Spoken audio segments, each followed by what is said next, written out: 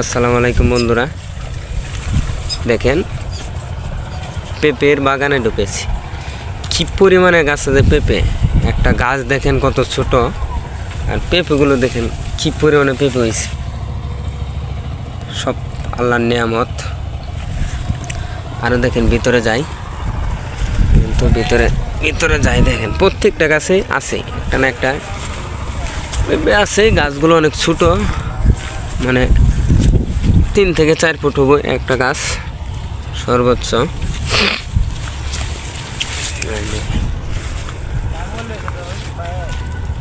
না আমারই মোবাইল, নতুন বেটার 2022টা দেখুন একটু কি পরিমাণে দেন প্রত্যেকটা গাছে পেঁপে। কথা তো কইতে আছি, দেন কি পরিমাণে একটা গাছ সর্বোচ্চ 5 ফুট, 5 থেকে 4 ফুট দেখেন কি পরিমাণে। আরো ভিতরে যাই, সবাই ফলো করে দেখবেন ভিডিওটা, সবাই একটু দেখেন।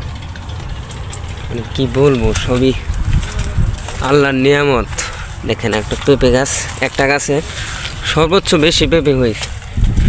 সেই গাছটার ঘুরেই যাচ্ছি, দেখি গাছটা একেবারে মাথায় সর্বোচ্চ বেশি পেঁপে, সেই গাছটা আমাদের মনে হয় সামনে। চলেন দেখি যাই। একটা গাছে সর্বোচ্চ বেশি পেঁপে হয়েছে। গাছটা আপনি দেখেন, একটা পেঁপে কি পরিমাণে বড় বড়। দেখেন একটা গাছে পেঁপেগুলো দেখেন সামনে কি পরিমাণের। তবে আপনারা যারা পুকুর চাষ করেন, এই পুকুরে পারে কিন্তু আপনারা এই পেঁপেগুলো লাগাতে পারেন, গাছ এই চারাগুলো লাগাতে পারেন।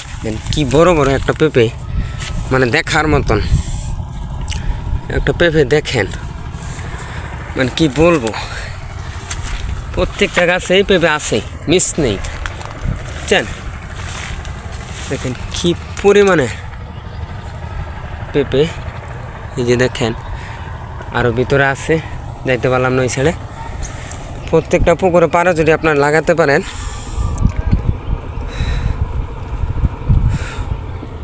খুব শরীরটা তো ভালো না, তাই নিচু হয়ে আসলাম, তো খুব অরান লাগছে বুঝছেন, পর্যাপ্ত পরিমাণের।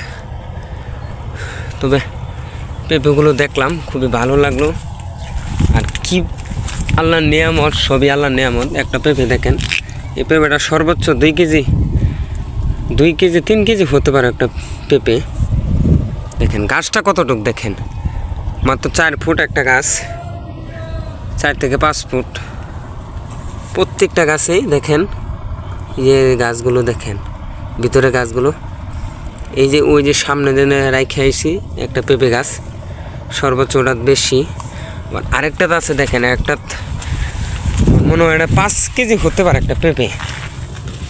দেখেন কি পরিমাণে বড়, এটা সর্বোচ্চ 5 কেজি হতে পারে। ক্যামেরার জন্য তো এটা ছোটো দেখা যায়, 5 কেজি হতে পারে একটা পেঁপে। দেখেন সব আল্লাহর নিয়ামত, হাজার শুকরিয়া আদায় করুন লাগে, আল্লাহর কাছে লাখো কোটি শুকরিয়া আদায় করতে হয়। দেখেন পুকুরে কি পরিমাণে পেঁপে গাছ, আর পুকুরটা কত বড় বড়, কমপক্ষে আপনার 3-4 কুট জমি নিয়ে একটা পুকুর এটা।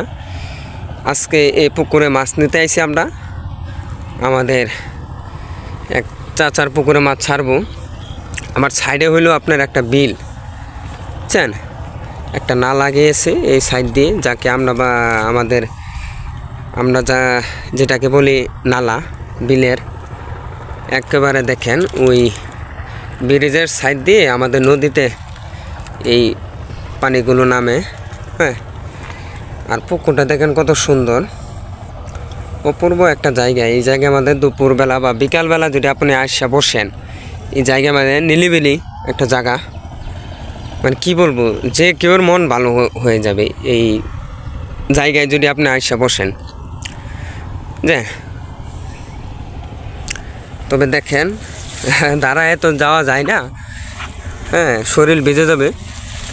কিছুক্ষণ আগে বৃষ্টি হইল, অনেক একটা গাছে পেঁপে, কী পরিমাণে যে পেঁপে বলার বাইরে। যাকে আমরা বলি আমাদের আঞ্চলিক ভাষায় পাইব্যা, যাকে বলি পাইব্যা, বাংলা ভাষায় যাকে বলে পাইব্যা, আর আপনারা সবাই বলেন পেঁপে। জিনিস এক এক দেশের এক এক রকমের একটা ভাষা। আমাদের শেরপুরে আঞ্চলিক ভাষা এটাই, যাকে বলি পাইব্যা। হ্যাঁ,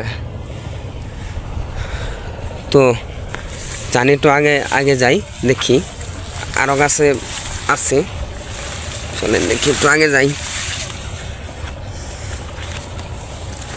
পেঁপেগুলো এখনো পাকে নাই, পাকলে আপনার